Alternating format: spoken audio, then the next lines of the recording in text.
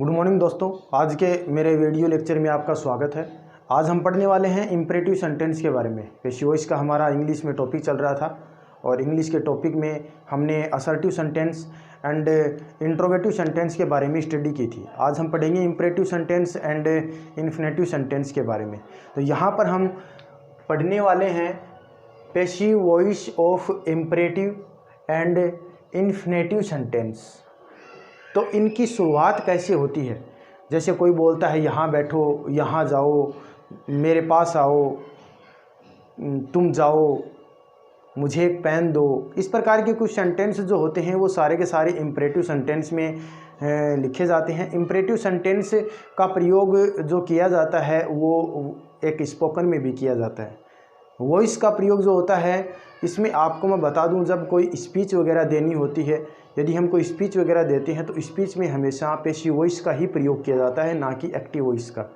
क्योंकि active voice का जब आप प्रयोग सेंटेंस में या स्पीच में करते हैं तो वहाँ पर अपने आप में घमंड प्रकट होता है या मैं की भावना आती है। इसलिए आप हमेशा यदि स्पीच दें तो पेशी वॉइस के अंदर ही स्पीच दें। ये मेरी आपको सजेशन है कि आप पेशी वॉइस में ही अपना स्पीच दें। पेशी वॉइस में स्पीच देने से क्या होता है कि आप पोलाइटली, और ऐसा प्रतीत होता है कि आप बहुत ही ज़्यादा एक सभ्य इंसान हैं और अच्छे व्यक्तित्व के धनी हैं। तो आपको हमेशा स्पीच देनी चाहिए। तो स्पोकन के अंदर भी पेशी वॉइस का प्रयोग होता है और पेशी वॉइस में ही आपको स्पीच देनी चाहिए, ना कि एक्टिव वॉइस में। चलिए हम पढ़ते हैं। आज निम्न प्रकार से हमारे ये जो इम्परेटिव सेंटेंस हैं और इन्फिनेटिव सेंटेंस शुरू होते हैं।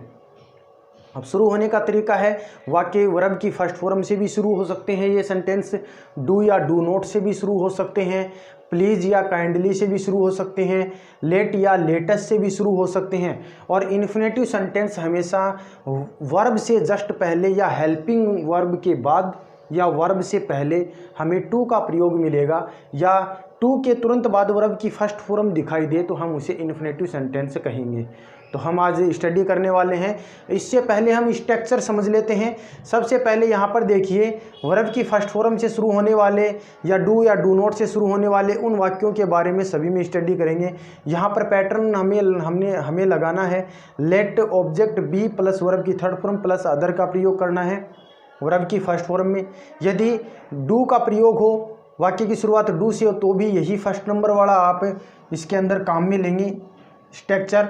नेक्स्ट, डू नॉट का जब आपका सेंटेंस हो, एक्टिव वॉइस में डू नॉट का सेंटेंस यदि आता है तो आप यहाँ पर सेकंड नंबर वाला जो स्ट्रक्चर है वो काम में लेंगे। Let plus object plus not plus be plus verb की थर्ड फॉर्म प्लस अदर का प्रयोग करेंगे। अब यू आर रिक्वेस्टेड टू, यहाँ पर मैंने केवल एक ही वर्ड लिखा है रिक्वेस्टेड। यहाँ पर ऑर्डर्ड, सजेस्टेड, एडवाइज्ड आदि शब्दों का भी प्रयोग किया जा सकता है। सेंटेंस के भाव को देखकर हम इसका प्रयोग कर सकते हैं। तो इसी प्रकार से हम यहाँ पर करने वाले हैं। तो ये जो यू आर रिक्वेस्टेड टू है वो आप ध्यान रखना, प्लीज़ काइंडली के अंदर, या आपको कोई भाव प्रकट होता है या आप उसमें सेंटेंस के अंदर केवल जैसे गेट आउट है, सिट डाउन है, इस प्रकार के सेंटेंसों में इनका प्रयोग, इस स्ट्रक्चर का प्रयोग आप थर्ड नंबर स्ट्रक्चर का प्रयोग कर सकते हैं। नेक्स्ट हम पढ़ने वाले हैं let plus object plus be plus verb की third form plus by plus subject. ये हम काम में लेंगे लेट वाले सेंटेंस में। लेट का जो सेंटेंस जो लेट से शुरू होता है उस सेंटेंस में हम फोर्थ नंबर वाला जो स्ट्रक्चर है वो काम में लेंगे। नेक्स्ट जो है लेटस से शुरू होने वाले जितने भी सेंटेंस होते हैं उसके अंदर हम ऑब्जेक्ट सबसे पहले, उसके बाद should plus be plus verb की थर्ड फॉर्म प्लस अदर का प्रयोग हम करेंगे। नेक्स्ट हम लेके चलते हैं इन्फिनेटिव। इन्फिनेटिव का मतलब टू प्लस वर्ब की फर्स्ट फॉर्म वाले जितने भी सेंटेंस होंगे हम उनको इस स्ट्रक्चर के माध्यम से सरल करेंगे, पेशी वॉइस बनाएंगे।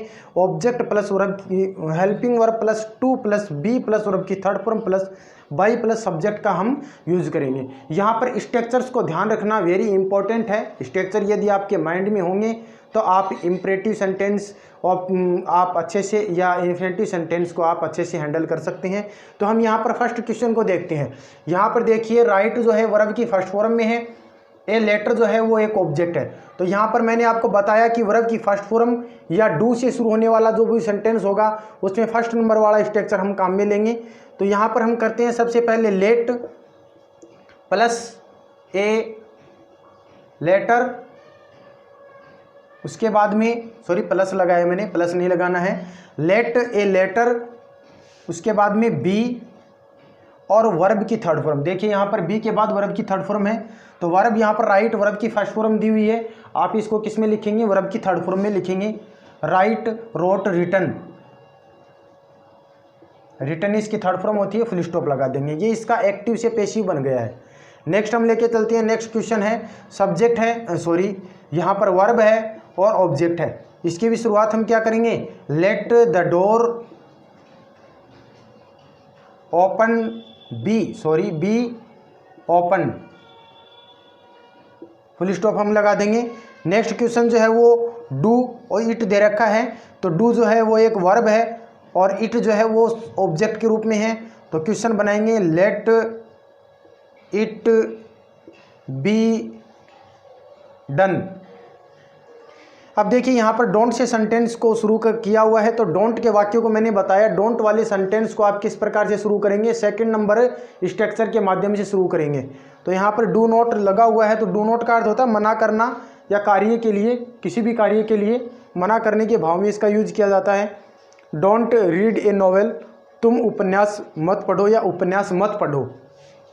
तो यहाँ हम लिखेंगे इसको let a novel not be read, क्योंकि यहाँ पर नॉट जो है ये डू के साथ लगा हुआ था, वो यहाँ हम काम में ले लेंगे और इसको हम यहाँ से क्या कर देते हैं, फिर हटा देते हैं। और सेम ये वर्ब के रूप में है, रीड और ए नॉवेल जो है ऑब्जेक्ट है। हमने यहाँ पर let a novel not be read के रूप में, स्ट्रक्चर नंबर थर्ड के रूप में हमने स्ट्रक्चर नंबर सेकंड के रूप में हमने इसको बनाया है। डोंट का सेकंड सेंटेंस है, इसको शुरू करेंगे लेट द पुअर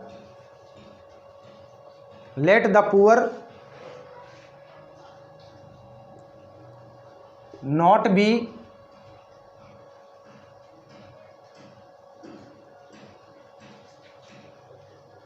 लाफ्ड।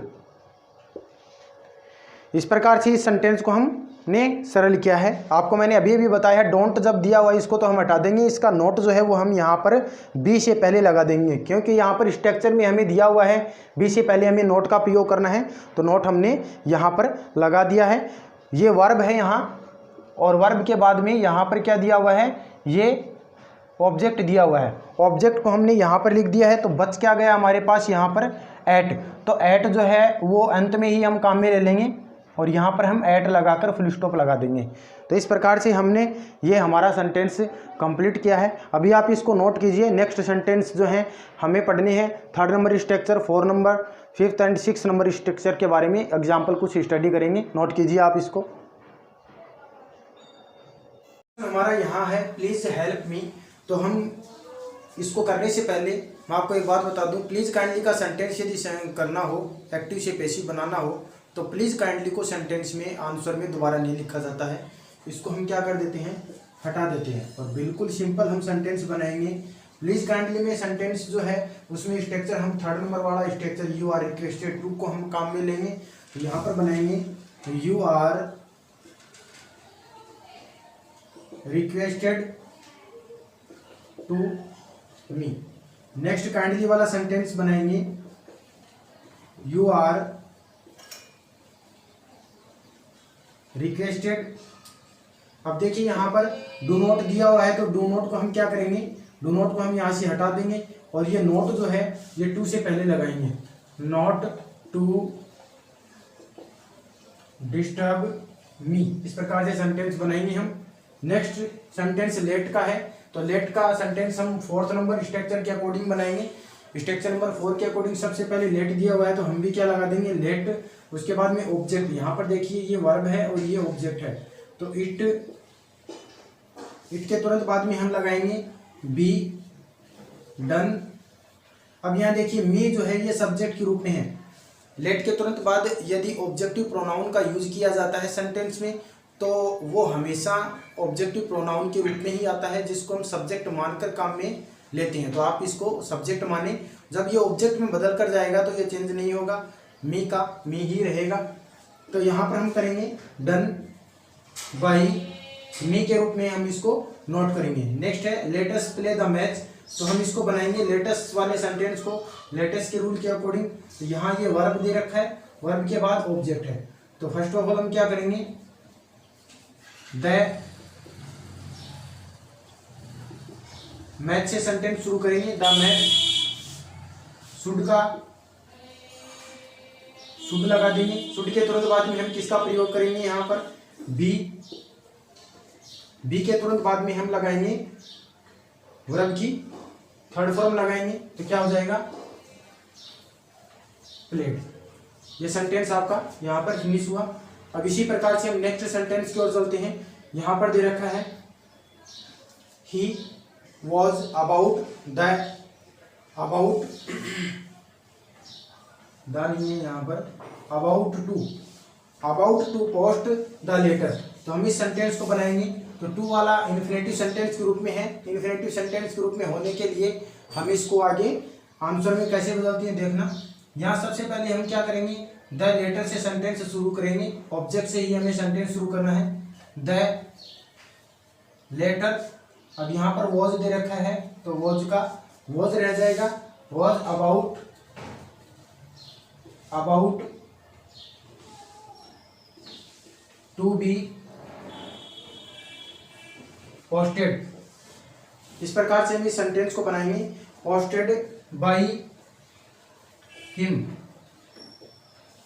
क्योंकि हमारे पास सब्जेक्ट भी था, इसको हमने बाई हिम के रूप में लिखा है। और वाज वर, यदि सेंटेंस लेटेस्ट के सेंटेंस में helping verb is am are was were दे रखी हो तो हम उनको चेंज नहीं करेंगे, हम उसी के रूप में उसको नोट करके लिखेंगे। I have to do my homework. इस सेंटेंस को हम कैसे करते हैं देखना। अब यहाँ पर दे रखा है माई होमवर्क, ऑब्जेक्ट के रूप में है। तो यहाँ हम लिखेंगे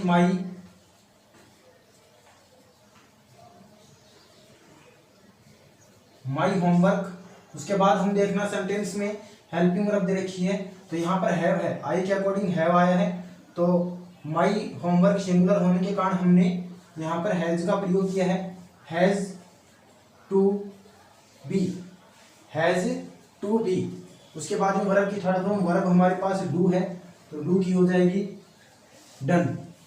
अब ये आई जो है, आई को हम यहाँ पर बाई मी के रूप में नहीं लिखना है, क्योंकि यहाँ पर सब्जेक्ट के रूप में हमें माई का प्रयोग मिला हुआ है। तो हम लिखें या ना लिखें, इतना ज़्यादा कोई ज़रूरी नहीं है इसमें। तो ये हमने आज इम्परेटिव सेंटेंस और यहाँ पर इन्फिनेटिव सेंटेंस के बारे में स्टडी की है। जो आज ये टॉपिक पूरा हुआ, आप इसको नोट कर सकते हैं। और यदि ये वीडियो आपको अच्छा लगा है तो आप लाइक, कमेंट, शेयर, सब्सक्राइब ज़रूर करें। Thank you.